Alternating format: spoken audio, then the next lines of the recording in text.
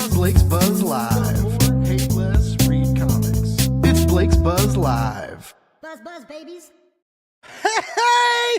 Happy Wednesday! Happy New Comic Book Day! Hello, everybody. My name's Blake. This is Blake's Buzz. We're coming from you live. Well, I'm coming from you live in Kansas City, but we're multi-streaming to multiple destinations all over the world. Coming from you live from Facebook, Twitch, Instagram, the Space Hubble Telescope. I think we're in NASA now. That's a lie. I lied to you. We're streaming from lots of places, though. If you're watching, say hi, leave a comment, like, subscribe. It really helps. Do what John Westhoff's doing. Part-time comics. Say what's up with the hot dogs. You know we love the hot dogs here. Yeah, so we got a great show. We got a cool book to talk about tonight. I'm very excited about it. First, like we do, I gotta talk about some stuff, right? And by the way, I hope everybody got some good comics today. I'm just gonna adjust my beard in the screen real quick. It's sticking out on one side, kind of. Anyway, hi everybody. We've done this before. All right. So my name is Blake, right? This is Blake's Buzz. You know what I do? I run Kickstarter campaigns and stuff for people, and we've got a few of those to talk about. First up, I'd like to talk about Crossover Division number 8 by Will Allred. The next chapter of Kickstarter favorite literary-infused multiversal saga is returning to Kickstarter. This time, Hank and Hector find themselves face-to-face with Sherlock Holmes, but I guarantee this won't be your normal romp along Baker Street. No. Sign up for the pre-launch page to get notified the moment we go live. And guess what? If you do, you won't miss that early bird special, and you can snag that gorgeous Tula Lote variant. What? Tula Lote on Kickstarter? Hell yeah. Save a few bucks. By the way, keep an eye on that page, because soon we are going to have some covers for you to check out, and you can read the first issue free by going there. Just not yet, because I have to do that. I'm good at my job, I swear.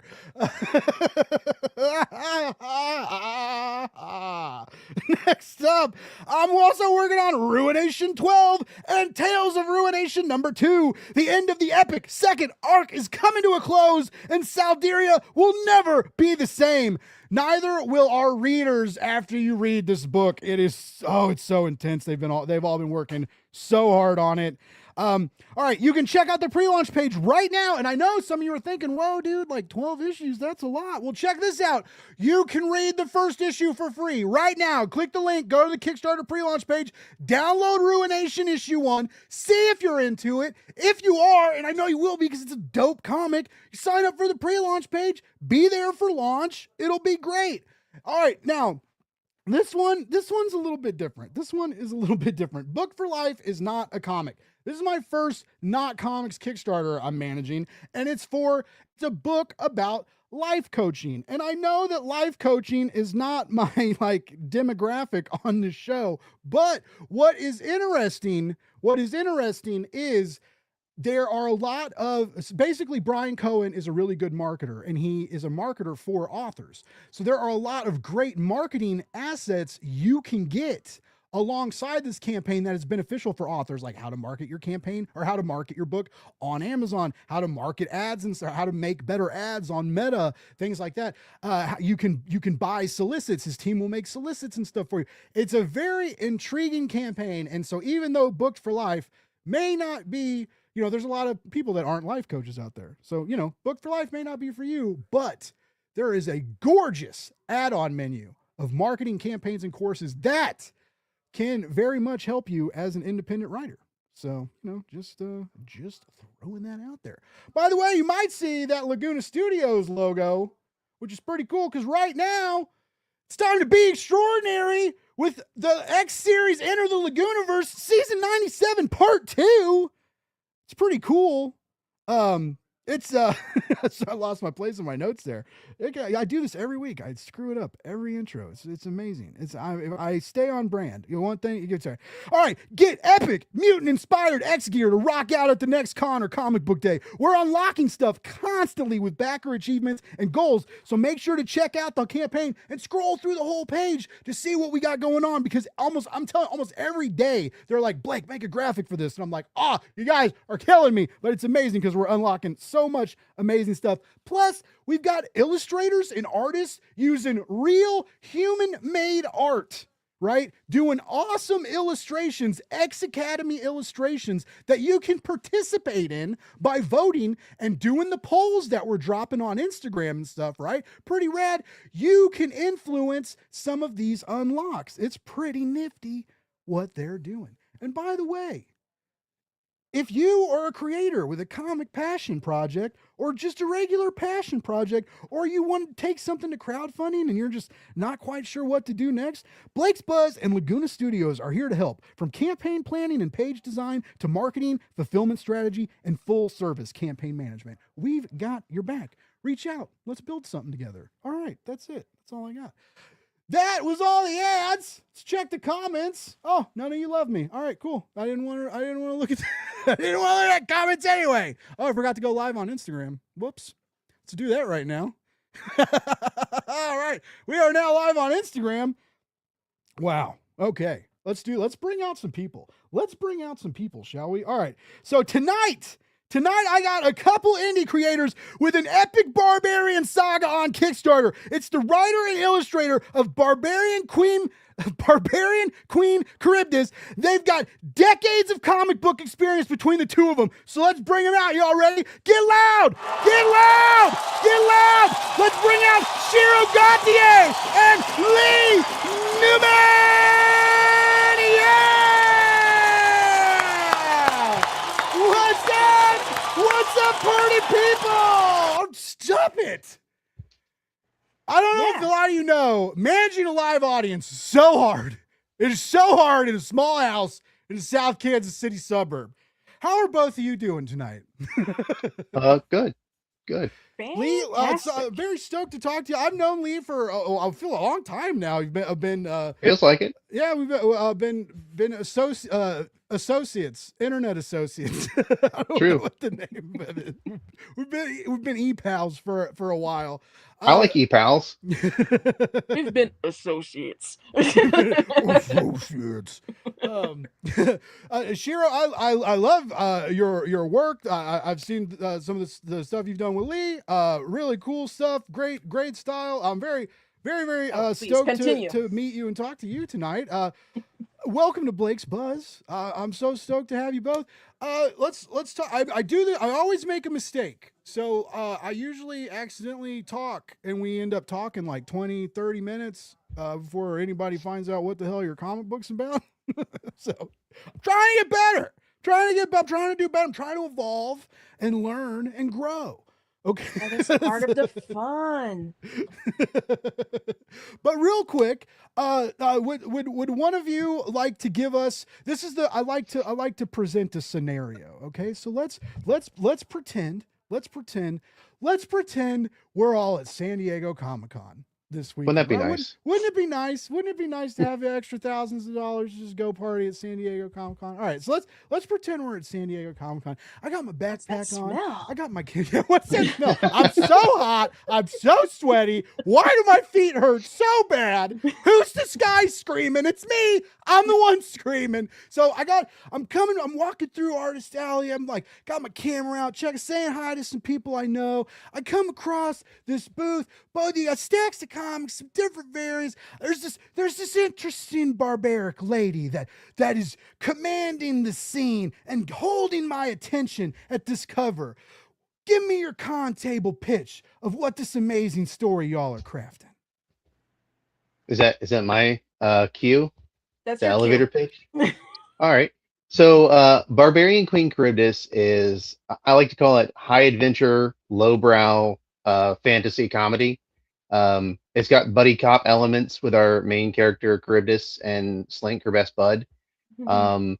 Comics it if you like that, you'll like this. Rat Queens If you're a fan of Masters of the Universe, if you like old school, late 80s, early 90s, Eastman Laird Ninja Turtles, because it's presented in a black and white, very kind of detailed or detail oriented style like Shiro does. Um, Along with a bunch of other awesome artists that we also bring along. Every issue is sort of like a mini anthology because we have our mainline story and we have lots of little mini stories called side quests. So there's lots of value for money there. If you're not into one thing, turn the page and read the next story. That is cool. I like that. Give me I some also money. like that because you're given other. It's so beneficial to give other indie creators a voice in this Absolutely. medium, right? I agree, and It's not only even does it give you something to insist. sell. Yeah. Oh, I'm sorry. What was that, Shiro? I said I agree, and even I insist. Because What started that, or was that like when this project started? You were like, yeah, it's us, but we want to bring in more people for the party. What made you decide to go that route? well, that's more like people were coming to Lee, and they were going, like, we love the first issue, and we would like to do something. We would like to add some stories, and then Lee comes to me because I'm co-creator, and I'm like, yes. Yeah, we had fan art before we had an issue 1. It was wild. Like people were sending us fan art based on just like the preliminary concept art. sketches and concept art. Yeah, so we literally had fans sending fan art before we even printed the first issue. It was wild. Wow, I can tell y'all have good fans because we got people excited in the chat. Brian Mail, Shiro, and Lee getting real stoked. Hey, Joe running. What's up, Joe? Saying hey Lee. Carly. oh, that's John running. John running. I know, with a cool picture, by the way. And then Carly Link, thanks for tuning in, everybody. Appreciate the people tuning in, hanging out in the comments. You know, we appreciate it. By the way, I'm sure everybody knows this. I know I am notorious for ignoring the chat, but I do try and pay attention to it. I get better. Again, we learn and we grow. We don't judge. Don't judge. Oh, I judge a lot. I'm from We Quebec. should judge. Sometimes we should. Judging. Actually, I forgot. Like before, I forgot to do an announcement because something happened today that got a little under my skin, and it's kind of important into the comic industry. And I have to remind people that all the books that I talked about in the intro, as well as the Barbarian comic book that we were talking about tonight, Queen Karybdis. I feel like I'm fucking it up, but that's okay. Real close. But as all those links you can find in the show notes. So if anything interests you, you go in the show notes. There's links to get you to Kickstarter. You can be a hero and support indie comics. So I really encourage you to check out the Kickstarter page. We'll bring it up and go through it later. But the link is there in the show notes. So you click on it, go support these two amazing creators and the awesome stories they're trying to tell. And the other creators that they're highlighting, within this collection. So like they said, it's a good value for your buck. You get a lot of cool art from a lot of cool people. So anyways, I just want to say that with SDCC happening this week, there's going to be a lot of crazy stuff. There's going to be a lot of stress. There's going to be a lot of smelly people, a lot of demanding attitudes, right? Be respectful, right? Everybody be respectful. Be respectful of your surroundings.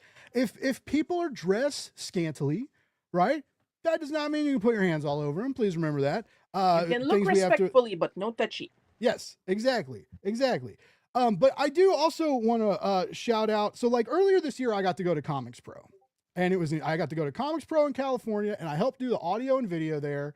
I got to meet so many amazing people, so many comic book creators, so many amazing retailers that are blood, sweat, and tears, like helping this industry move, and not just direct market stuff. A lot of these retailers have big soft spots for Kickstarters, and I know there's not many, but it is growing. Like some of these retailers, will get Kickstarter books to put in the indie corner or on the indie shelf and stuff like that, right? So more and more retailers are beginning to pay attention to Kickstarter. So I'm just saying that because even in the Kickstarter space, we should think about retailers and respect them and respect what they do. And if there's some articles going around today about critiquing Comics Pro, and I just want to remind people that Comics Pro is built, hosted, and accumulated as some of the best people in comics. Like they do so much for this industry with the resources that they have, and it gets bigger and it turns into a bigger and bigger thing every year. And they do what they can, and they do a good job. And I think it's important to remember that all the wonderful people at Comics Pro do a hell of a job, and I appreciate you. And California this year, when I got to do that, was one of the best experiences of my life. Y'all treated me like a rock star, and I'll remember that forever. And I just want to say, I love you, and I hope you all have a great weekend, and I appreciate what you do for retailers. All right, so if you're interested, you go to the Beat and check out an article. That's all I'll say about it. So anyway, all right. I was gonna do that in the intro before I brought you guys out, and I forgot to do that, and I apologize. So now it's your show. We'll go back to your show. I swear there will be a hot dog portion throughout, but other than that, it's your show. What's up, Paul Kemp? Saying hey to everyone. Oh, nice. I know Paul. He's lovely. Nice. lovely Paul is in the chat. Always love when we get the lovely people in the chat, because I hope we don't. I've been getting pretty good and fast at the band finger. But we've been getting sneaky people in with the live stream, right? And they'll say things you don't want them to say. And the other day, I did a Ron Burgundy, and I was just reading through comments, and I didn't read. Like I noticed it when I brought it up, but I still brought it up on the screen. I was like, oh shit. Anyway. We learn, we grow, but we get rid of the assholes. That we will do. We will do that all day. All right, so. You know what? I'm gonna go cliche, because it's a weird night, and I've known Lee for a while, and Shiro, I just met you, and I kind of want to know, like, let's go origin stories, right? Because I know, and we don't have to go too into it, right? If there's we don't have to bring up like past publisher drama and shit, but just like, yeah, how'd you get into comics? How'd you get here? How'd you get here, Lee? In a car, in a spaceship, and time traveling? What'd you do? Summoning circle. Yeah, something circle. I crawled sometimes, it feels like. That's the. I mean, I guess around 2012, I started making, maybe a little earlier, making an attempt at indie comics with some friends, and it went not too far, but it kind of got me a taste for publishing, editing, some of the things that it takes. And then I went on to do a book called Sasone, because I just love making difficult to name characters, or difficult to pronounce characters. And that book, actually, we did a Kickstarter and it did not fund. And about 4 years after it didn't fund, I asked Brian Cole, he hired all of us for work for hire, and us being an incredible team, one of which is Steve Cannon, who actually does colors for Image and stuff now. I just saw him at Heroes Con, and he's doing huge things. So definitely add him to your follow list on Instagram and the other places. But anyway, so he worked on By the Horns with two good friends of mine. Yeah, he did. Yeah, his colors are fantastic. Dude, he's nuts. I almost had him color a 2-page short I did a long time. My one comic book. Well, I did another thing, but I don't think it'll ever get published. But I have a 2-page deal in one of Travis Gibbs' anthologies, and I talked. Oh, gotcha, yeah. Color. And man, I had nothing against his rate, and I was ready to pay it. I was a little tight, but Travis was like down. I was broke, but I was going to do it anyway, you know? And I still kind of wish I would've. I still kind of wish in my life, I would have had a comic book that wrote that Steve Cannon colored. Maybe one day. Anyway, hey, it's never too late, man. But so we got that great group together, and our book didn't fund. And 4 years later, I approached Brian. I was like, "Hey, man, can I try again?" And so I tried again. And by that time, I had met Shiro through creative channels. I actually found her for a project that I was working on for someone else. I found them for a project I was working on for someone else, and ended up kind of becoming friends. We like a lot of the same stuff, so it was definitely Canadian sibling feelings. But yeah, so I did Sasone, and then we'd done a few things together, and I said, "Hey, Shiro, I have an idea for this kind of barbarian book. I want to put all the things that you want to draw, but no one ever asks you to." And so that's kind of where we went, and we just kind of built from there. And Shiro and I had a very loose concept of what I wanted. I knew barbarian queen got beat by a evil wizard looking for her daughter. I wanted to do kind of an episodic thing. I knew I wanted to pay a lot of homage to things like the Prince Valiant comics and stuff like that, like in the Sunday paper, and the whole kind of very amorphous lore of Conan and things like that, where you can kind of get in where you fit in and put all kinds of different stuff in it without feeling like you're tied down too much. And then Shiro just took that and we just ran with it together. The best part about writing with Shiro is I have an idea and Shiro is my yes and person. They always know exactly what to say to put the spice on the idea I already had. So that's my origin story. As far as, I mean, there have been little projects in between, but those are like the major beats. Somewhere in there I released an anthology horror novel, and a few horror shorts and things like that. But the major beats are definitely Sasone and Barbarian Queen Karybdis are the things I'm the most proud of. And I love my horror shorts too. I just those were never collected in anything. They're all free to read online. So cool. Shiro, what's your origin story? You're from Canada, right? I'm from Canada, sadly. Yeah, do you know where I'm from? This is yeah, please come get us. Yeah, ride a moose down here and pick up me and Blake. Take me to your leader right French, now. The land of the tabernacle. You said we could cuss. I'm gonna cuss. And let's see. How old was I?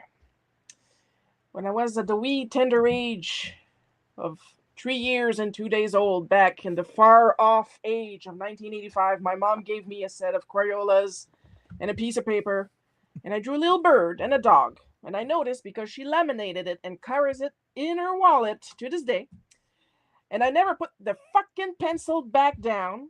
And that's how it started for me. As far as going into comics, that also started really young because Archie's. The whole house is lined with Archie comics.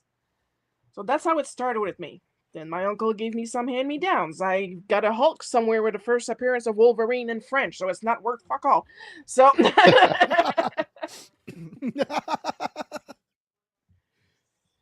and then, like, one day on a forum, don't ask me the year. My friend Davis Dewsbury found me, and we started some work on a comic. What's the name again? I'm looking at some fan art of it right now. The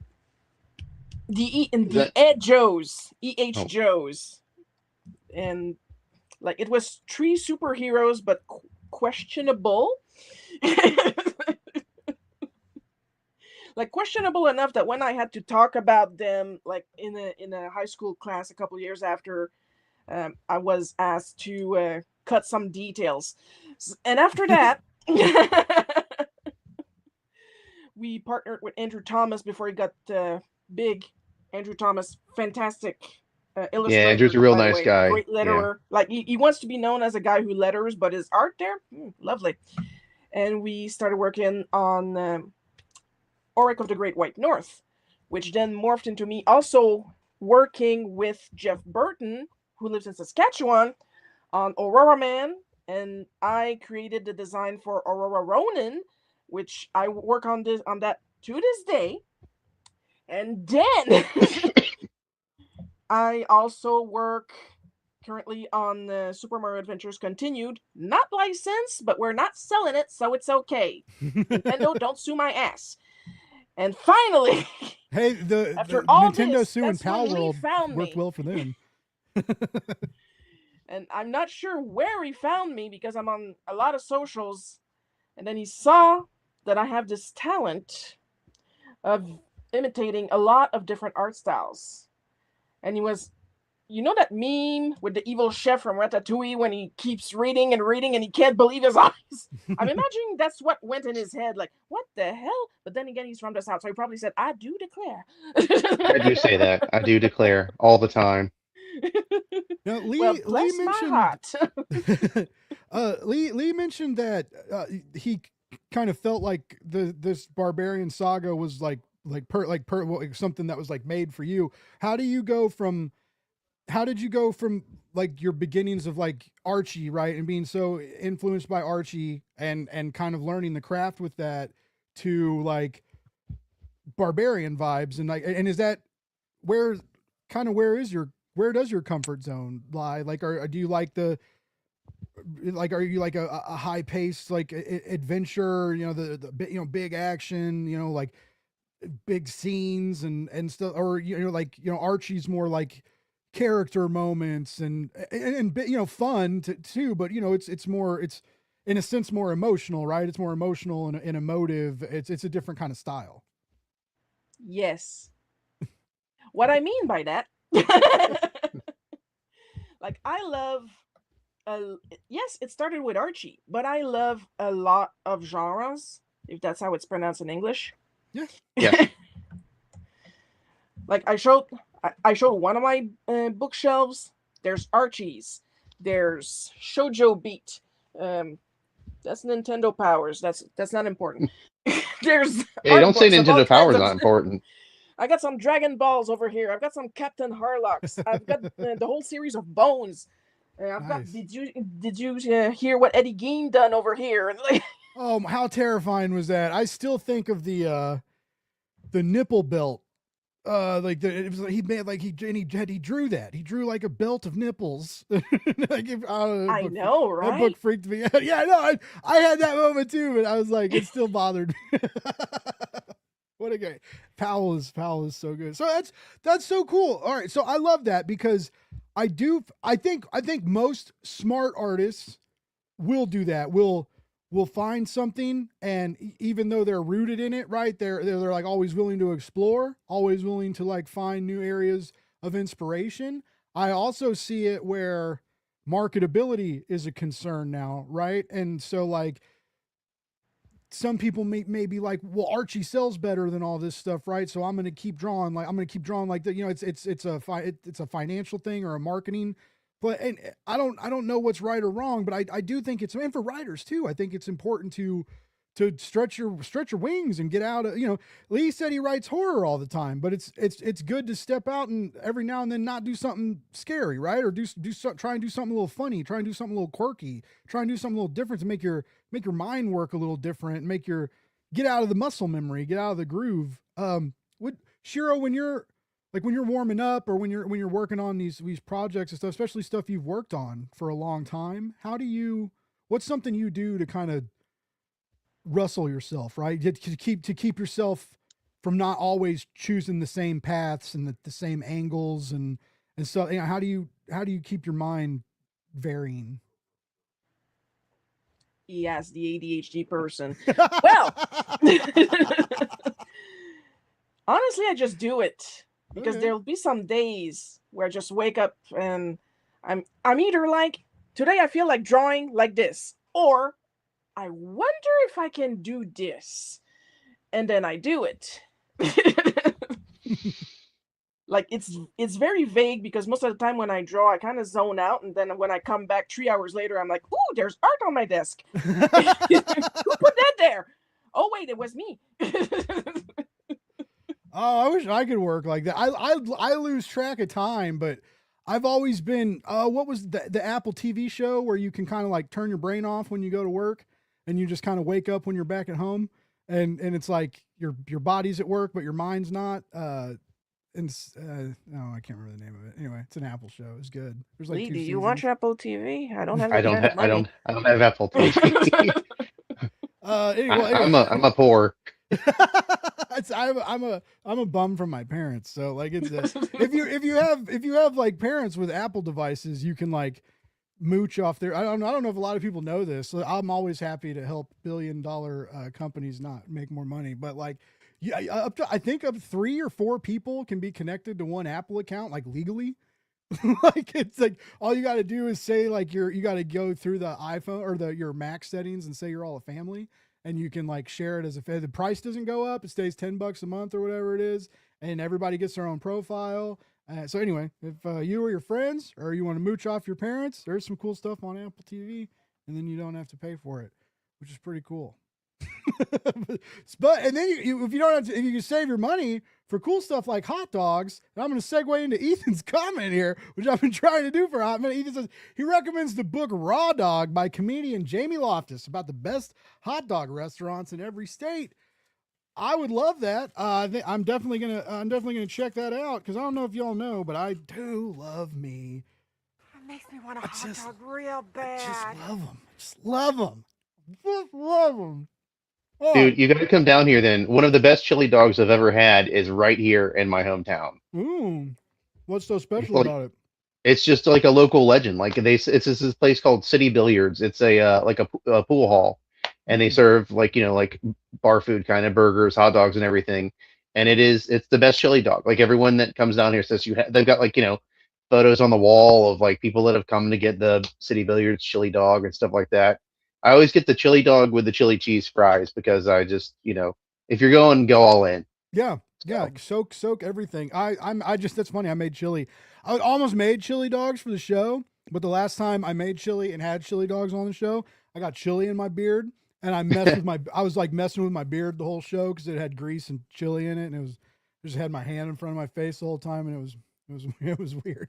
Ethan says, "Has that hot dog been sitting there?" Yes, it has, but I use foil so it's still warm. I do 3 dogs a show usually. I'm a 3 dog a show guy, and it's a 3 dog night. It's always a 3 dog night here, and so but the third one is usually cold. Shiro, we got Brian says Shiro the artist. I thought this was a question. it's just a reflection of the 2 versions of Shiro. I'm a drawee. What the heck you draw?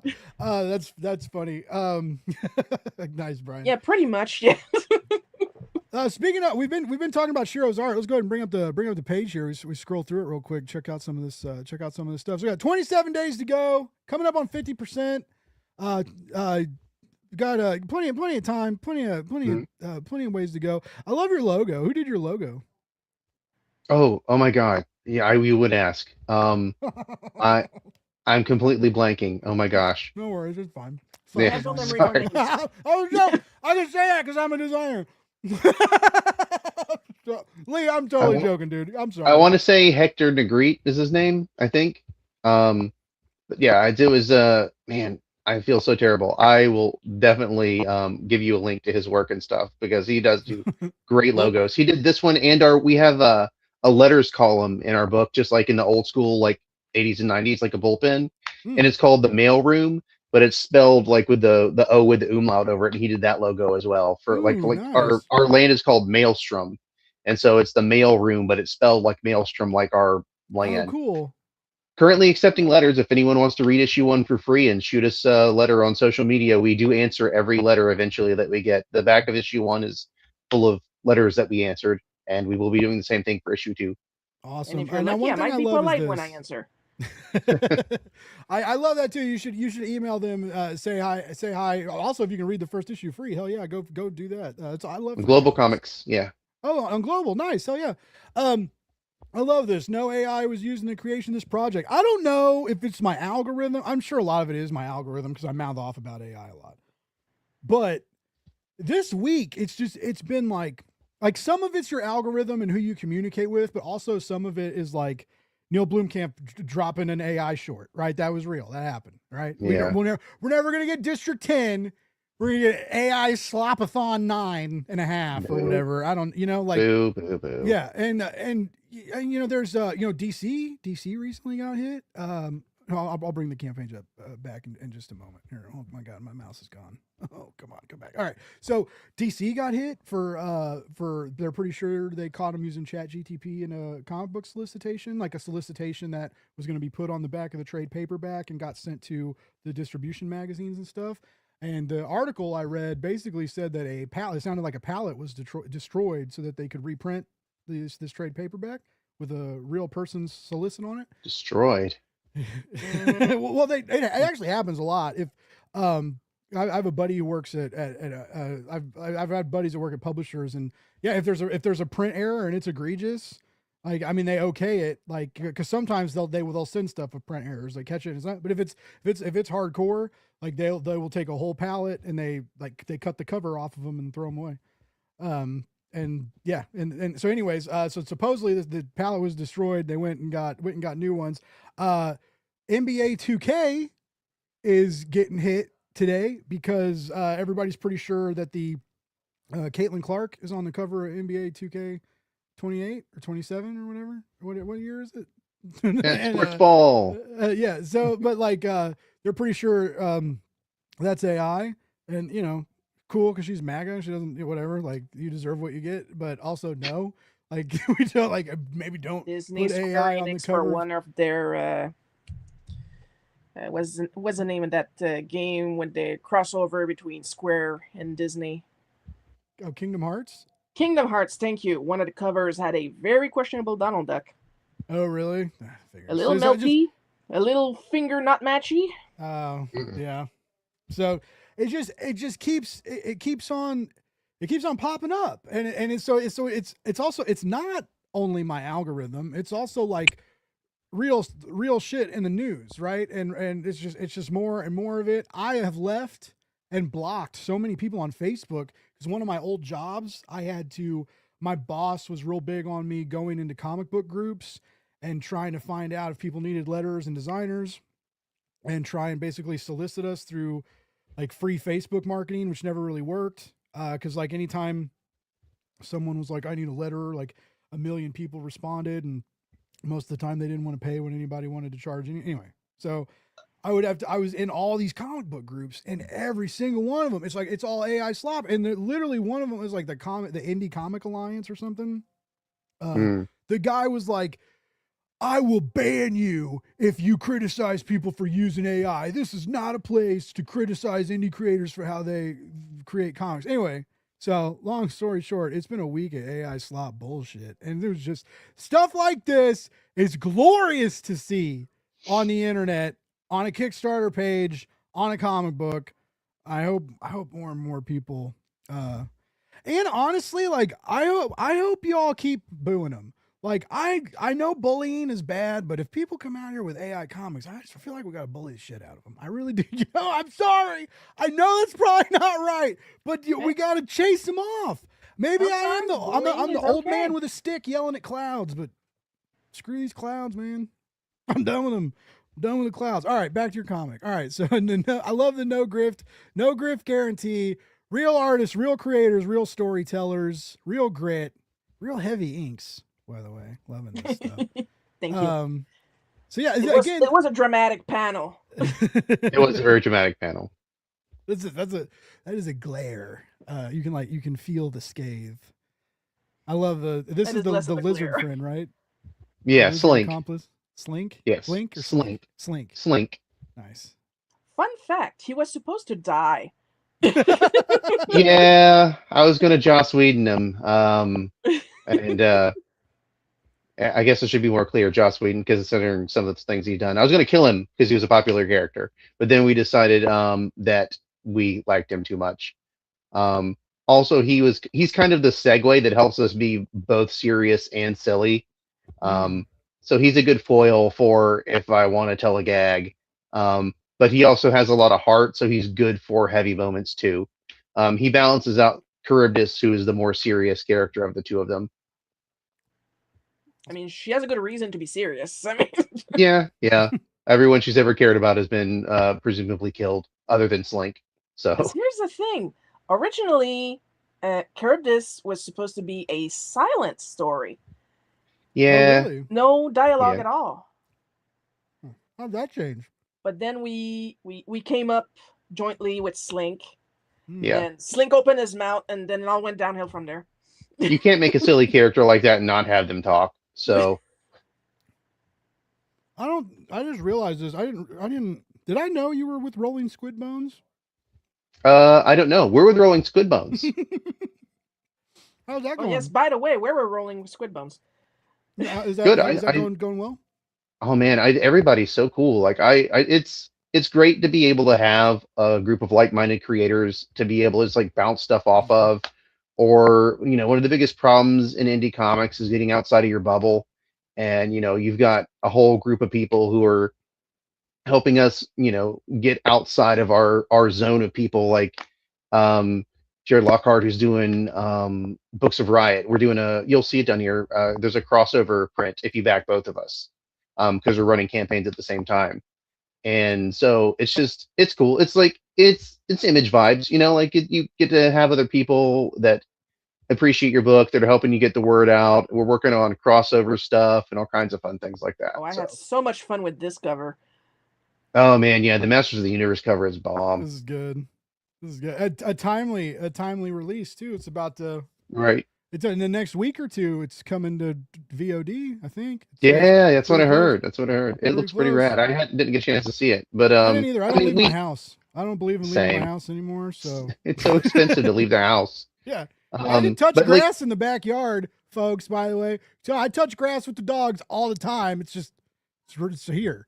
It's just in the back. I just keep a little go chia farther. on the desk. Yeah. I cook outside. Cook outside a lot. I'm debating. I have the technology. You have the tools. You have the talent. I have the tools, the talent, and the tech to do like a live stream where I am grilling hot dogs outside. I could put my camera on a tripod. I run everything's I use Wi-Fi right now anyway. So anyway, I keep thinking about it. But I'm like, what if it rains? Or if it what if I'm just Kansas City? It's weird. We get weird. Every other week is a tornado watch and half a warning, or anyways, like the sounds and cars driving by. Anyways, I've been thinking about it. I don't know. Maybe one day. Can you imagine though? Like I mess up regularly, like sitting in a chair with all my fancy stuff. Like how messy it would be, and there'd be fire. All right, we got to do it. I believe that could be awesome. We'll do it. Yeah, invite us to the first grill stream. I mean, if there's fire, I'm in for it. Nice. Fire. Fire and lightning. I love the lightning here. But yeah, I'm big stoked to watch it. All I've heard, I heard like grown men like crying. Right? I believe I'm not That's making people's fun childhood. of them, but they were just like, this thing from my childhood was made realer than it's ever been before, and I'm like, yeah, it pissed. I like movies that piss the wrong people off, or the right people off, I guess, depending on how you look at it. But those people, right, that like hate movies for those kinds of reasons, it pissed all of them off, and all the long-term fans, the older crew that grew up with this, like, all went to movies to see it, and a lot of them aren't going to movie theaters much anymore. I mean, a lot of us have got content sitting in our homes and streaming movies, right? Watching a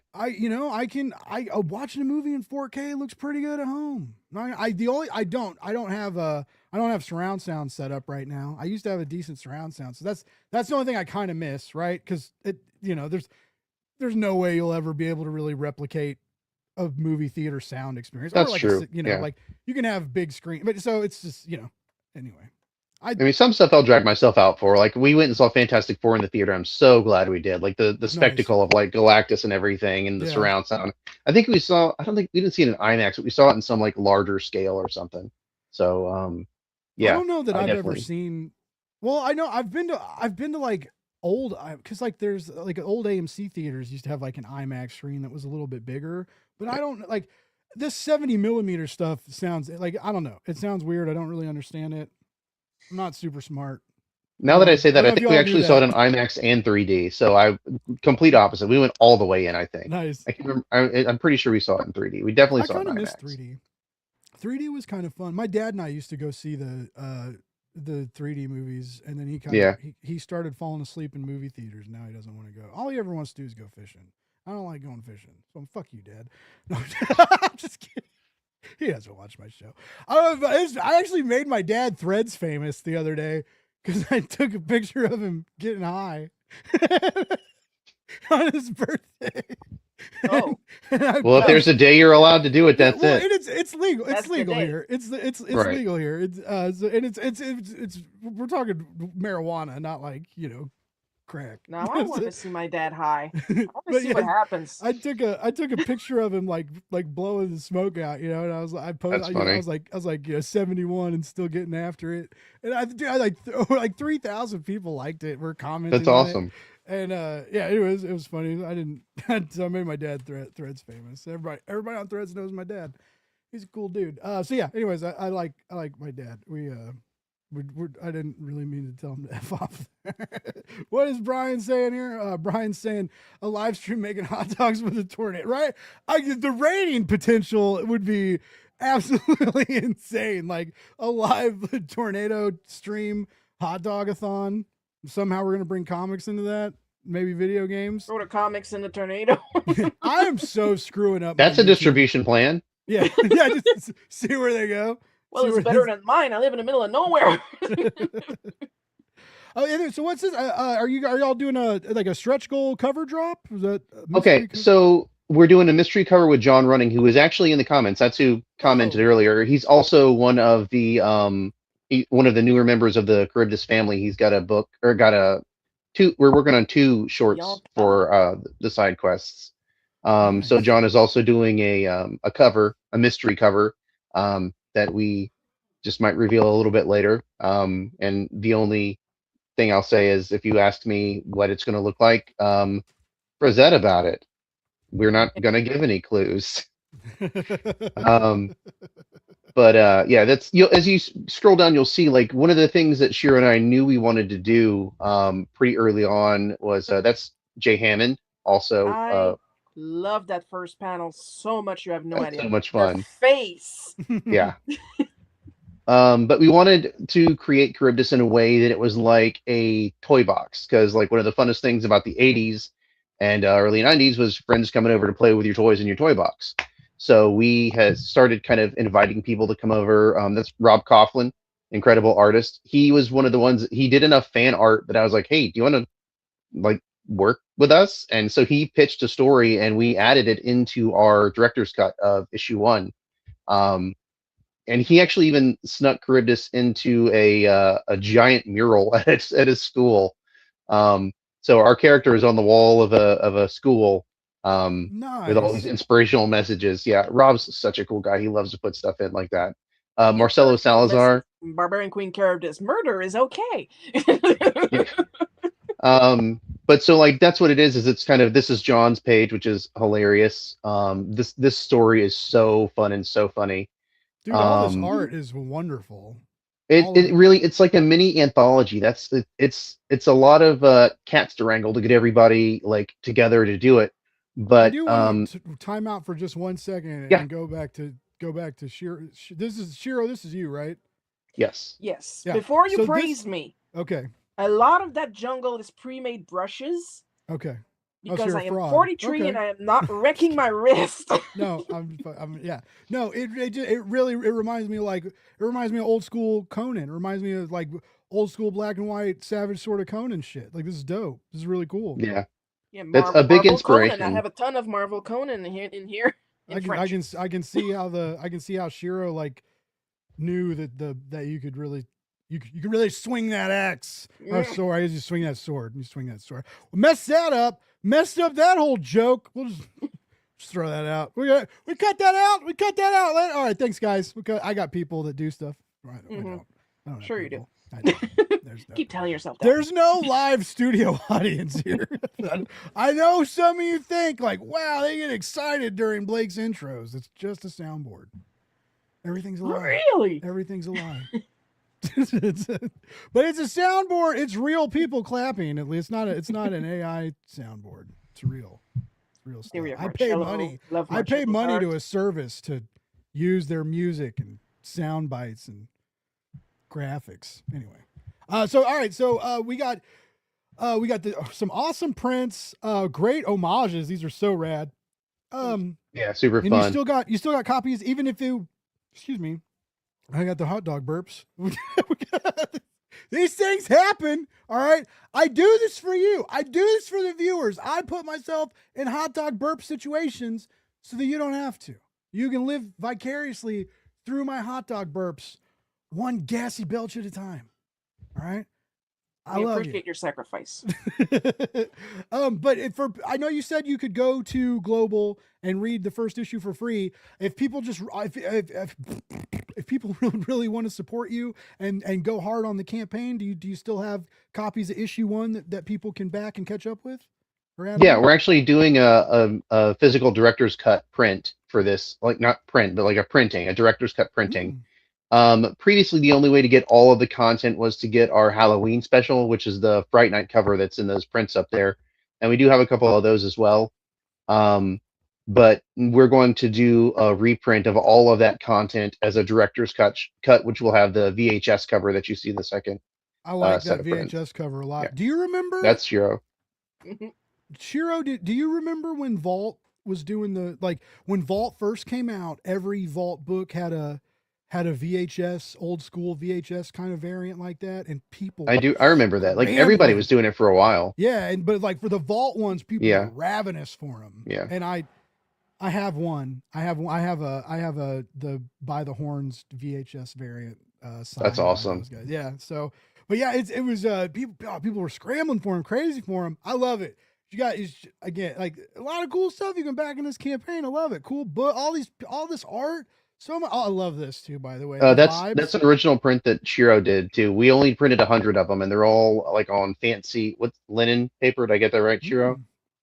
And yes. they're all signed, and we only did 100 of them. So we've got the last of them on there. Tell me like, oh, I love the watercolor effect on this, and I'm like, it is watercolor. That's the effect. Like the print is not watercolor, but the original was watercolor. I mean, I'm about to steal Brian's idea. Brian says it's oh my god, that's loud. I got oh my goodness. the fried chicken. The hot dog voice is low, so I have to turn it up for the hot dog voice and then turn it down for I need to level that out. These things I should do. These are things I should do on the back end, not live. But I should just record my own sound bites of just. I said earlier I was judging harshly, and I am. Yeah, and just do a whole bunch of different kinds. I might maybe one day, Brian. I don't know. Anyway, today is not that day, and tomorrow is not. No, we'll do it. We'll do it live outside while I'm grilling. That's what we'll do. I love this. I love this too. The flag looks great. And Shiro. Nice. Any reminder that comics are for everyone is always a good absolutely. For me. Comics are absolutely for everyone. And to those who might get angry, well, doors over there. Yep. they don't watch my show. Don't worry. They don't like me very much. And then so you can still get the Saison too in print if they want it. So what we're doing was there is a great group of dudes on Facebook. I assume dudes and ladies as well. But there's an Akira, yes, and everything in between. There's an Akira fan page on Facebook, and they collect exclusively Akira homages. And Shiro did a very awesome Akira homage that sold out very quickly.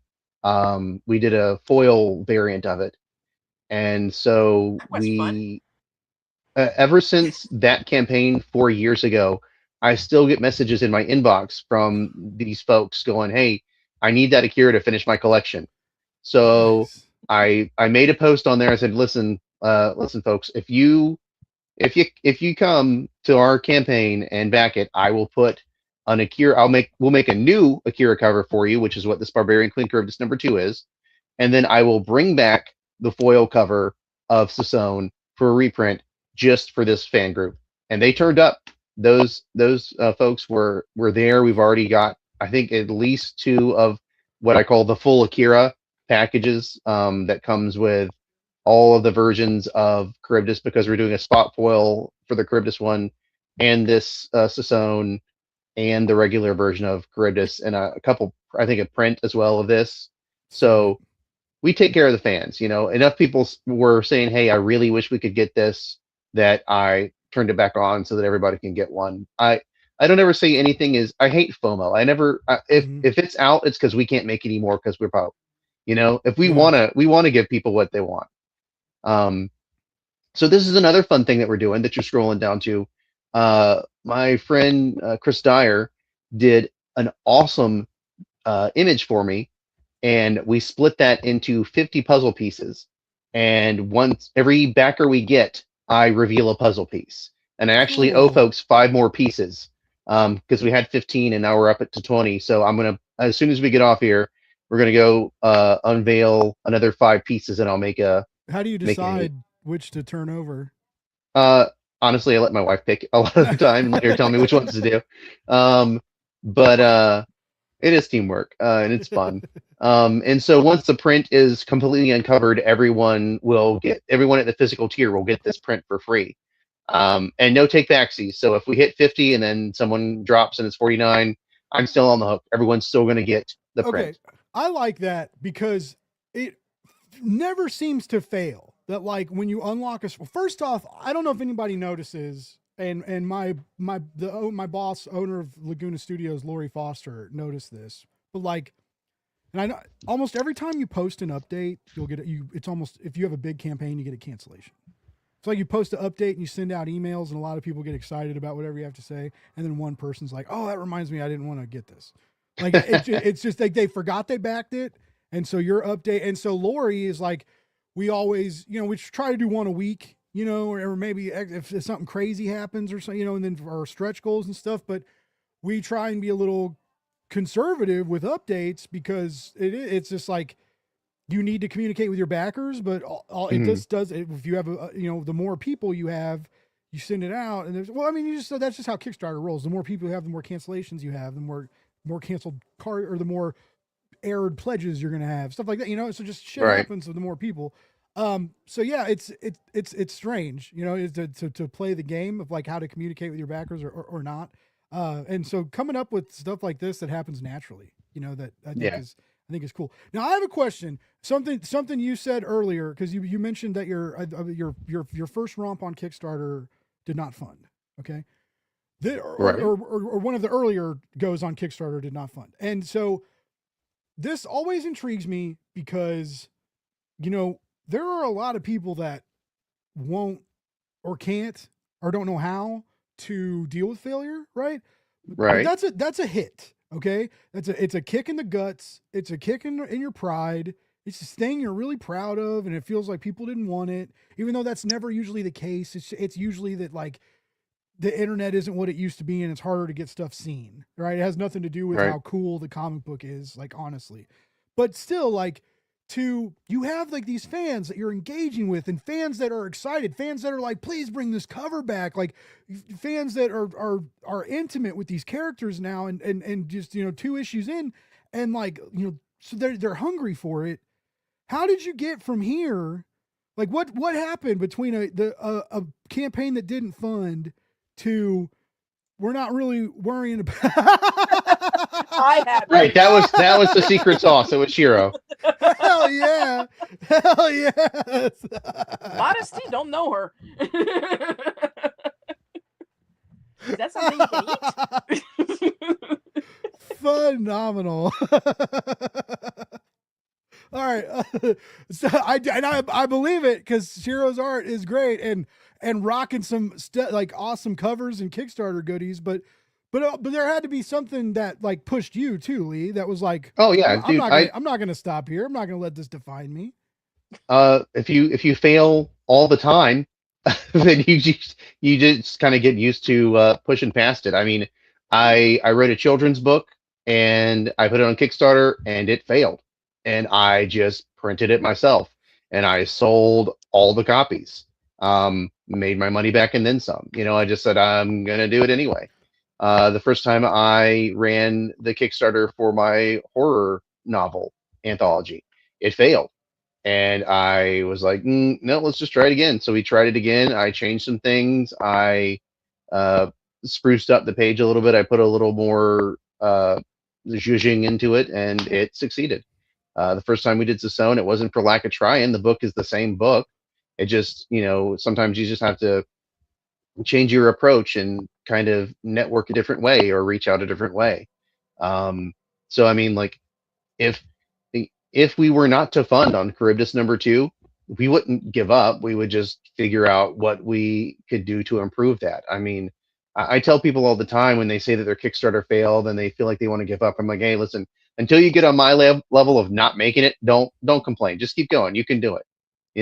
That's not failure is a speed bump. Yeah. You're not going to succeed at everything. The first step at being good at something is sucking at it. I think that's Yeah. adventure time. I don't suck at what I do, and this is I've been pretty honest about it. I have the bills I need paid are paid, but like my private student loan bill I didn't pay this month. I'll have to pay it twice next month because I don't make enough money for the government to collect on me, but I have a private student loan that my mom co-signed, and so it's messy and nasty. Anyway, Well, it's a student loan. It's a given. yeah, it's I nasty. can relate. But it's just yeah, this is month 3 of me kind of. I'm working with Lori at Laguna, but it's kind of me going off on my own, just doing Kickstarter stuff, not editing my boss's show and doing a million other different things. Like I'm focused on indie creators and helping with crowdfunding, and it's like anyway, shit's weird, but it's I'm not giving up. I'm not gonna go. I think about it a lot. I think about going to get like an insurance job for healthcare and shit, but I'm not gonna. I'm not gonna. I'm too stupid. Comic books love stupid, idealistic people, which is why you have the dark side of comics, because there's two kinds of stupid, idealistic people. There's stupid, fun, idealistic I didn't know I was people. Get called out on And there's ignorant. There's ignorant, idealistic people. But anyway, it's just. Like this, the comics will break your heart. It's a hard industry. It's amazing. It's fulfilling. The stuff we get to do, bringing your creations to life, helping creators like bring comic books into the world. And like being part of successful campaigns and like not working for a billionaire, right, or even a millionaire. I'm working for regular people who still love comics, who haven't gotten burned out on it and are so focused on the business and number side of it that they don't even read them anymore. Like I don't work for those people anymore. I don't want to go. I don't want to. No, thank you. Yeah. So it's I don't want to mind the money that comes with it, but I don't. That's I want to keep drawing. Shout my friend Mael'ström, the awesome does the Sacrimony indie comic on crowdfunding and on I think she releases it online. I'm not sure. Anyway, Matt is awesome. But we were talking about that the other day, and she recently was a freelancer, full-time comic book artist, quit the freelancing, got a regular job, still has time to work on her comic, but like has healthcare, all the money, bill, stuff. She's not freaking out about money and stuff. And every now and then when she's at work, if work is slow and she works remotely, sometimes she can like work on the book at home, so she's like, I was asking her, cause that was a big deal for her when she was like, I'm going to do this, and I'm going to get healthcare and I'm going to make some life changes and I'm going to put comics second, instead of first. And that's a hard choice, it's cause it's like, most of us are still kids chasing dreams, right? Like this is stuff we dreamed about. And when I was a kid, I didn't dream about like building Kickstarter pages and making 3x2 graphics, but like making these books and being a part of it. Right. And like talking to people who make comic books who like tell me that I made their life easier and helped make the project better. Like, dude, that like kid me with shit, like, and so it's just, it's a dream and you chase, but it's weird. And none of us get treated well. Not a goddamn one of us. I mean, the only ones who get threats. Yeah. Oh, I bet. I'm sure you, I mean, the only creators, the only creators who really get treated well are the Kickstarter ones. Cause it's, if people found and Lee, I'm not saying this is the only reason you do it, but if word came around that like Lee doesn't pay his artists for his crowdfunding campaigns, people wouldn't back your campaigns anymore. Like it just if the community finds out you're doing shady shit, like the community will forgive so much stuff, right? They'll forgive bad comments, they'll forgive late campaigns, they'll forget dinged corners and shipping because you used a cheap mailer, right? They'll forgive printing errors that you sent anyway because maybe you thought people wouldn't notice. They'll forgive not using editors and letterers even though you really should have. People will forgive a lot, but like they won't forgive like if you take money and don't fulfill the campaign and try and come back, they won't forgive that, right? They will cast you out, and I think they should, because there's like what you guys are doing. It's making this an anthology of sorts, giving people a voice, right? When you don't have to, you two could make this your own thing and give Shiro all the pages, and it would be beautiful, and everybody would be fine with it, right? But you're choosing to do this, and like anthologies still have a bad rap. Like, a lot of people have backed anthologies that made tens of thousands of dollars and saw the drama spill out from it, right? Anthologies that are being launched by good people are suffering because of it. Like Travis Gibbs, Cthulhu anthologies are funding, but like a lot of stuff, like the numbers have cut back a little bit, right? Just recently, the American one from Wave Blue World, the civil discourse anthology, like that I expect that. Yeah, Yeah. it, like that almost didn't make it. And like Matt, pull up Matt Cole's comment. What's up, Matt? By the way, Matt says like it is the best industry in the world. There's nothing like it, and the creators do take care of each other. Asterisks. Even when the industry doesn't take care of us, like other people, the community will.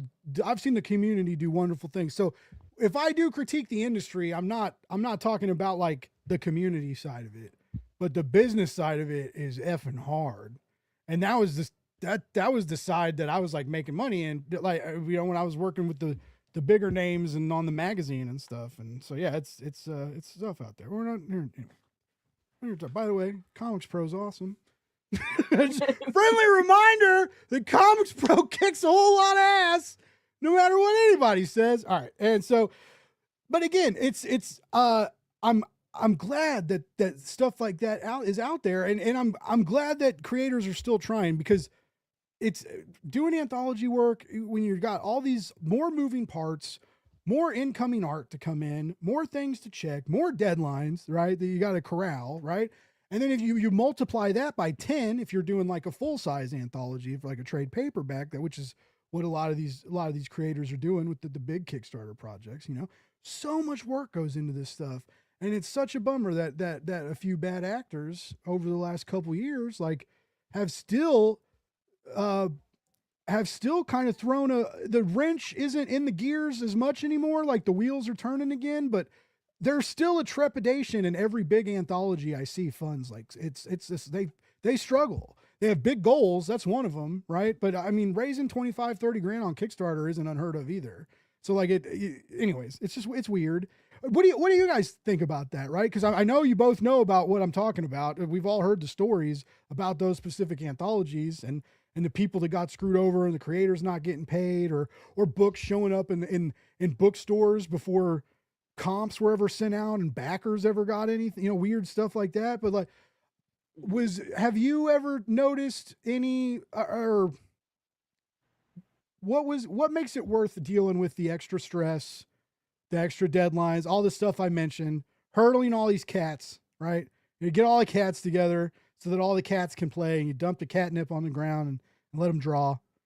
And then Shiro wakes up 5 hours later with a cover, and it's like, how'd this get here?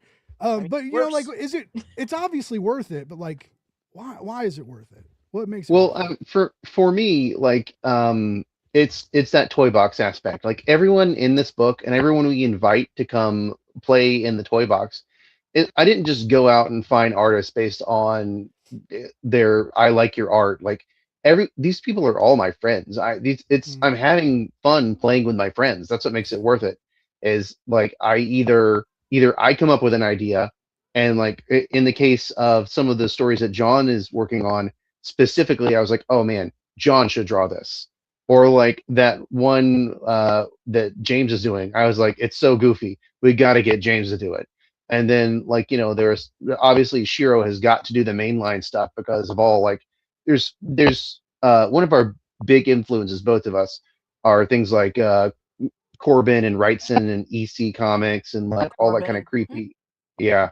Right. And so like Shiro, that's what I wanted for the look for the main one. So no one's ever going to draw the main line but Shiro, because Shiro like completely gets it. So I mean, there's two things that make it worth getting everyone together, putting the band together and making an anthology of sorts, because it's only 32 pages. So everything is like a short, 3 to 4 page, at the most 6 page story. But it's being able to work with those people that you admire both on a personal and professional level. And also it's just the feedback from the fans that we've gotten. Like so many, so many people like love the book, and the first, it's kind of scant as far as the mainline story stuff, but there's so much character in the short stories that we tell in that first issue that people are locked in, and we're getting fan art, and we're getting messages asking when the next book is, and just people like randomly sending us stuff, like as far as like pictures and messages saying they appreciate the book, people inviting us on the podcast. I mean, like, it's the response is the other part. Like, people enjoy it, and as long as people enjoy it, we're going to keep trying to make it. So uphill battle be damned. I mean, like, we'll try as hard as we can to give people what they want. That's all I want to do, is tell great stories. I don't need to be a millionaire. I don't need to have a Netflix series. I don't need to be writing for the big two. I say that all the time, and it might sound crazy, but all I ever want to do is just enough to keep doing what I enjoy, and that's telling stories with people that I appreciate, like Shiro and James and John and everyone. That's Marcelo is an incredible artist, and it's Rob has been, like, he's such a ride or die dude. His stories are always so good. And it's just like that's what makes it worth it. Like, Rob sent me an original, he hand draws everything, and he mailed me a finished page and said, thanks for giving me my break in comics, for getting him into the, for letting him come join us for that first issue. And stuff like that makes it worth it. Stuff like that makes it that if we don't fund, I don't care, we'll just try again, because these people all deserve to be out there, and they're all telling stories visually and writing and pitching stories to us. Like, I don't bring people on that I don't think are worth it. And like, everyone that joins us are incredible people. Like, everyone has such strengths visually and writing, and it's I could gush about the team forever. I hate talking about myself, but I love to talk about how talented the people that I work with are, and I couldn't tell my stories without them. So That's awesome. Speaking of stories, real quick, I can't bring up Instagram comics on the comments on the screen, but Jax Loves Nachos called me out on Instagram because it's saying it's blasphemy that I'm wearing a Demon t-shirt and eating hot dogs. I'm assuming he means because I'm not eating pizza. But you're telling me, friends and neighbors, that you think these four brethren, you think these lean green fighting machines weren't slurping down delicious chili dogs, delicious New York foot-long steamed street dogs with cart onions and all the good shit on it? You're telling me these boys, these shelled out heroes. Anyway, I'm pretty sure they ate hot dogs. Well, I'm guessing it would be hard to slide a chili dog through a sewer grate. It works so well with Domino's Pizza in the first movie. And for the record, I am from the 80s and 90s. When I say first movie, I mean the real first movie. No, it's Jim Henson. What a great I loved that when they're just waiting for the pizza. I bought the 4K Blu-ray edition of the old trilogy. I still haven't watched the 4K remasters. I need to do that. I've been wanting to because I cook pizza a lot. Like I have like a pizza shovel. A peel pizza shovel. I think that's what it's called, a peel. Yeah, and but I make the dough and like spread it out and shovel it into the oven on a cast iron big pan. That's and I make pretty good pizza. And anyways, I've been kind of wanting to do like a pizza party Ninja Turtle night. That's by awesome. myself, because I'll do that. A little part of that. Yeah, get some hats. Be great. Anyway. By the way, Andy B agrees. Got to get those street dogs in NYC. You also got to follow Andy B. He's got a great gamer podcast. I don't know if a lot of you've noticed. I know I'm messing everything up probably because I've been doing YouTube comic videos for years, and now I'm doing gaming shit. But I'm gonna figure out a way to tie it all together, and it's gonna be rad. But until then, you're gonna get interview shorts and me trying to kill people in Battlefield or Destiny. That's just gonna happen. That's what's gonna happen. And I'm gonna rake in the views because those shorts are easy to make. Gameplay shorts are easy. Like this, I have to go. I have to like listen to us and like find good moments and trim them. And like video game shorts, like make a couple good shots, capture a zone, blow something up, say something stupid. Oh, I'm so good at that, chat. Saying something stupid and recording it. Anyway, that's true. Comics and games are the pizza and hot dogs of the internet. Andy and I are gonna market each other's shows eventually. We're just gonna hire each other to be each other's hype guy. But yeah, it's been really fun. And game, I feel there's a big crossover. Like we're all nerds. A lot of us play video games. I don't know. Some of us don't. Some of us don't have time. There's a lot of people in the nice because there's a lot of people in the industry that you get bogged down with deadlines and stuff. But you also even when you're dying under the stress of deadlines, even when you don't know if you're gonna have enough time to get everything done, like if your mind's fried and you got to get away from the desk, like eventually the productivity, even if you sit there sweating and staring at it, but not doing any, that's not helping anybody. That's not making the production faster. That's not helping your mental state, which needs to be decent to do work and stuff.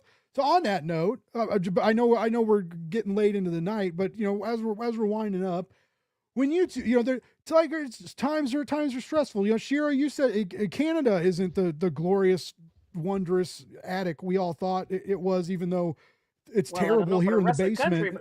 Where I live, specifically in Quebec, there. Okay.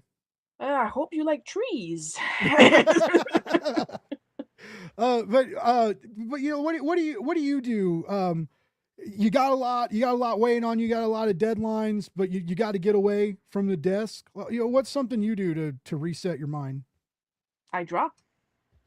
God damn it! Seriously, I draw for myself. Okay. And somehow that's different, but also video games. I'm a very big Nintendo nerd. Nice. Nice. Do you have a Switch 2 or just a Switch, or what do you? I have a Switch, a GameCube, a Nintendo 64, a Super Nintendo, an original Nintendo, almost all of the generations of Game Boys and DS's. I have a Game Gear, a PlayStation 2, and a PSP. Sick. Oh, I love. I may have a problem.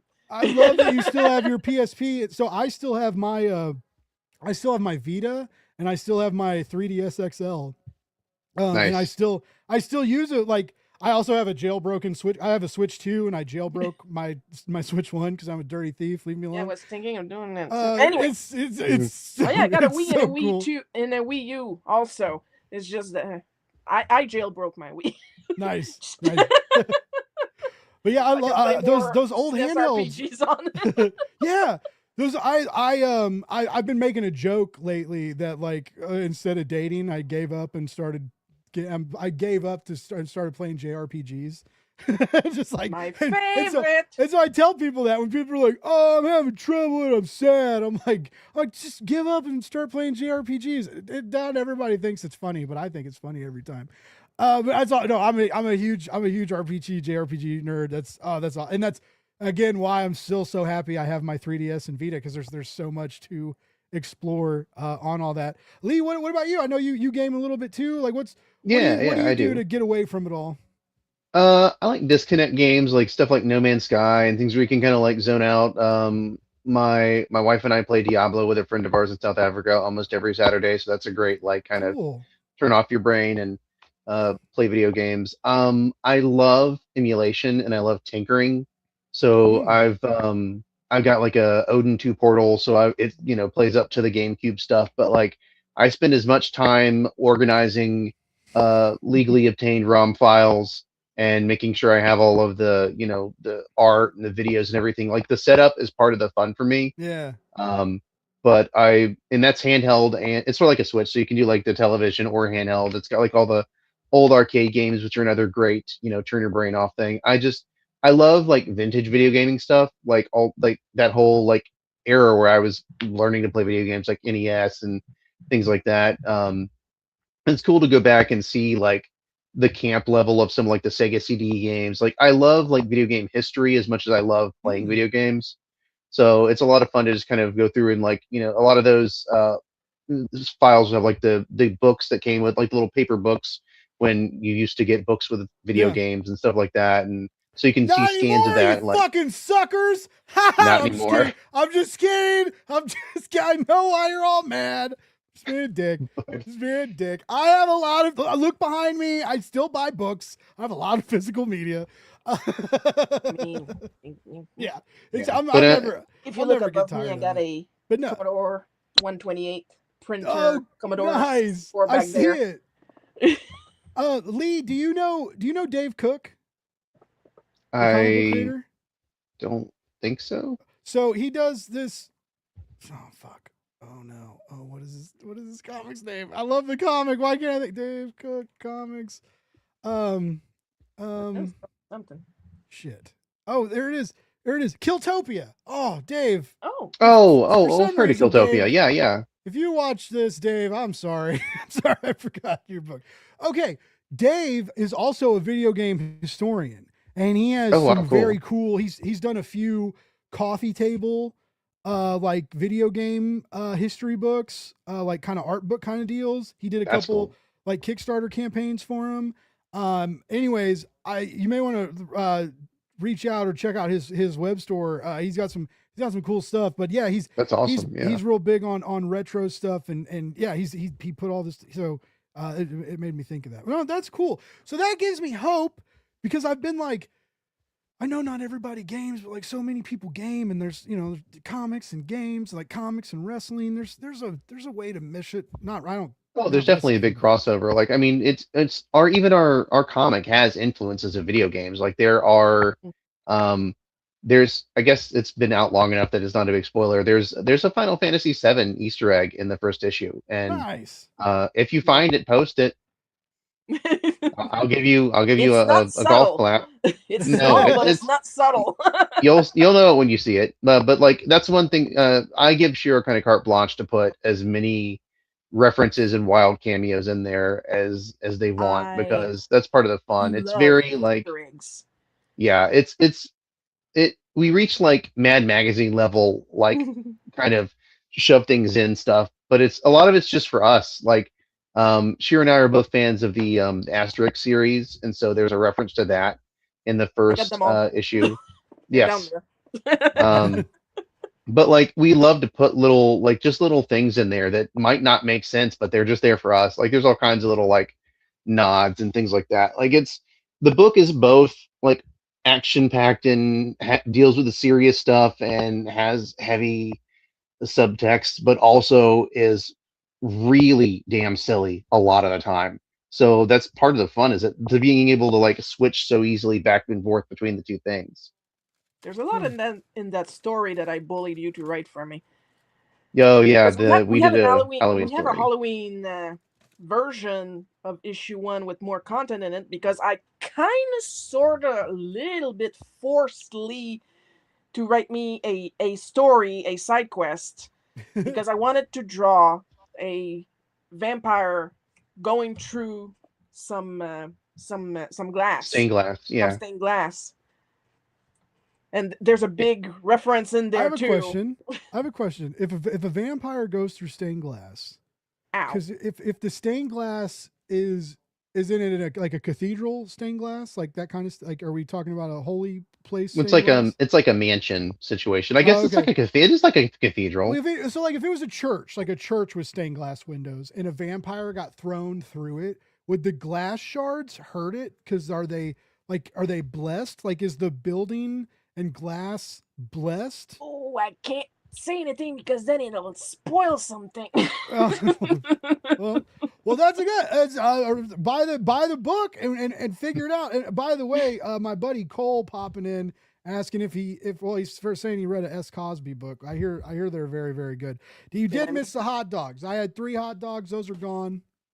I gotta eat them kind of fast now, or they get cold. If I ate one now, it'd be cold. Get a Tired hot of eating plate. cold hot dogs on this show, y'all. Get a Maybe little one hot day. plate. I saw someone streaming the other day because I've been watching game streamers a lot, both to try and get better at Battlefield and learn how to stream, like learn how people do streaming and see the shit they do and kind of research and stuff. And this one dude, he has like, his gameplay and then a video of him so you could see him when he's talking and stuff. And then he had another small camera of his cat. He had like a cat nap cam that was like right over where his cat would curl up and sleep. And so you could just see like his cute little cat sleeping next to the RGB lights of his computer. And I was like, okay, that's pretty rad. What if I did that, but with like a hot dog roller? Saw you coming a mile away. And a little rotating plate. Yeah, Put the hot dog on. Nice lights. Yeah. Like some, And like we're some going cool straight to lights. the hot dog cam. Yeah. And then like, and then at like special moments, like, I don't know, like if I ever got like big enough, I could have the chat like decide when I eat a hot dog or whatever, or like half day that they could tell me to take a bite at any time. So I could be like telling a story or doing something. And have to, yeah. I got all these Twitch. ideas. Hot dogs are the ramen of sandwich meats. Got to hit them. Yeah. Can't let them cool down. Yeah. Now I want ramen. I made hot dog ramen the other day. It's a different story. Anyway. Wait, now I'm getting ideas for my stream. Little camera for my for like snack. for my cam? Sour Patch Kids. Yeah, I love Sour Patch Kids. I'm diabetic, so I can't eat. I love. I'm not. I really love Gushers. Like Gushers and chocolate milk almost killed me. It's fine. It's fine. I know it's like a schedule for a comic. You got to spread it out. Yeah. I'm not good at that though. I'll get a box of Gushers and I'm eating like Gushers for breakfast, and then and when I get chocolate milk, I just when I walk by the fridge, I like take swigs. That just right. I'm an animal, so I just drink right out of the carton. No one else drinks my chocolate milk. It's fine. There's no one else here. It's not like I'm giving chocolate milk to kids, right? It's just me. But anyway, I can't do it. Can't do it. If you start giving chocolate milk to kids, that we got a whole other problem right there. Yeah, I told everybody at the beginning of the show we don't want to get canceled. So giving chocolate milk to kids is one of the best ways. Who are you? And how did you get in my house? Oh wait, so as a vampire goes through stained glass, how many hot? Jesus Christ, Cole. Do you guys ever take me seriously? No, you have to eat 5. You have to eat 5 and say 3 Hail Marys and an Our Father. Just like thank God, because just I'm like not doing the math. Yeah, sorry. I didn't mean to make everybody count. I didn't mean to make everybody count. All right, we are in the weeds, and it's obviously not going to get any better. But I will say, Lee and Shiro, I've had so much fun talking to the both of you, getting to know both of you, and talking about your journey into indie comics. I've got very, very excited about this Kickstarter campaign. I think everybody needs to go check out Barbarian Queen. Oh, hold on, Barbarian Queen Karybdis. Everybody needs to go check out Barbarian Queen Karybdis because supporting indie comics makes you a goddamn hero. And if you want to be a goddamn hero, you either got to run into burning buildings. None of us are doing that. Or you go to Kickstarter or back a comic book. That sounds pretty easy to me. Now, I know I'm loud. I know I never shut up. So I'm going to make a promise. Right now, this is the part where I am quiet because I'm such a polite and wonderful host. And I'm so gracious and understanding. But this is the time I want to give to both of you, one at a time. I want you to tell us where we can support you outside of Kickstarter. If you've got Patreon, mailing lists, websites, any web stores, anything we can do, like you mentioned Global Comics and all that, let us know all the places we can follow you, support you, and keep track of you so that we always know what cool stuff is coming up next. Lee, start us off. All right. I am Raven Writing Desk without a G on most things. I have a Linktree link, which I can give to Blake, and that takes you to all of my stuff. It'll take you to our live Kickstarter campaign. It'll take you to my social medias. It'll take you to Global Comics, where you can read all of my work completely free. Session number 1 is free to read. All of my horror comic shorts are free to read. Issue 1 of Barbarian Queen Karybdis is free to read. The best way to help us out right now is obviously come and fund the comic. I don't have any other Patreon or anything like that. and everything that we make on the comic that's surplus to printing goes right into the next comic. So nothing goes into my pocket; it all goes right back into the next issue. Or if we decide to do stretch goals, improving quality of the comic or adding additional things to that. But yeah, that's where you can help me out, is just show up, take a look at the comic, and give us a little bit of your money. Hell yeah, that sounds great. By the way, Chris Daly popping up in the chat saying buzz. Thank you so much Chris, for hopping by, Chris. You're good people. Everybody go check out Fueled by Weird. Fueled by Weird, great YouTube channel. He talks to amazing indie comics like me. He's a little more focused and doesn't eat live. That's okay. That's okay. We all do different things. I love you, Chris. And Brian says he heard chocolate milk disappears fastest from in front of kids by a strange hot dog loving human. Yeah, that's what I do. I try and take the milk from children because they don't need it. Like, I'm just trying to make sure they don't grow up with the diabetes like I did. If there would have been a weird hot dog eating guy that slapped the chocolate milk and Coca-Cola and Mountain Dew out of my hands, maybe I wouldn't have tits right now. I don't know. Maybe I'd have abs. You know, so I'm going to keep. Oh my God, does that explain these? Science. No, I don't know. Wow, I never made the connection. If only I had known. Shiro, you have made me laugh so much tonight. So please let us all know where we can follow you, keep track of you. I'd love to. You said you stream. Let us know where to watch that. All that good stuff. All right, so it's just easier to just say I have a link tree. So very unofficial, one word, and I use the same name on YouTube, on Twitch. I'm on Patreon. I'm on Ko-fi. I'm on Blue Sky. I'm on Facebook. I'm not on Twitter. You will see an account there, but I don't use it for obvious reasons that I will not go into. I have opinions that I will keep for myself. But yes, so very unofficial. Patreon, Ko-fi, everything, everywhere. Global Comics. Awesome. That's it. That's all. Oh yeah. Well, I encourage everybody. Like I said, there's links. There are links to the Kickstarter that you can all check out and go check out the comic book. The art looks amazing. All the creators involved in it. It looks like a really great project. We got a cool comment from Joe. What's up, Joe? Saying howdy, glad you got stuck where you can hear the guests on the interwebs. Same, and also anybody who was watching on Facebook, I don't know what happened, but apparently the Facebook stream terminated. That's great. StreamYard's been looking into all my Facebook drama. They can't figure it out either. It's pretty awesome, but for free, I can multi-stream through OBS, my games, but for $50 a month, no one can figure out why Facebook doesn't work. That's neat, isn't it? Well, I mean, it's Facebook. It's not, it is Facebook. I'm monetized though, so I get a couple bucks for streaming there.